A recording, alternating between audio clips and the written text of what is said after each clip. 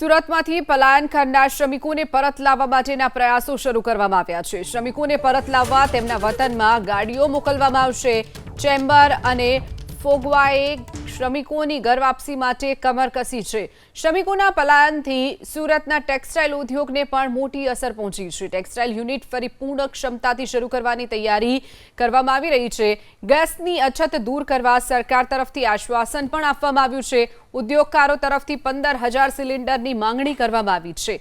તો ફેક્ટરીઓ માટે ગેસ વિતરણ પ્રક્રિયા પણ શરૂ કરી દેવામાં આવી છે। ત્યારે શ્રમિકો જ અત્યારે નથી, ત્યારે શ્રમિકોને પરત લાવવા માટેની પણ તજવીજ હાથ ધરવામાં આવી છે।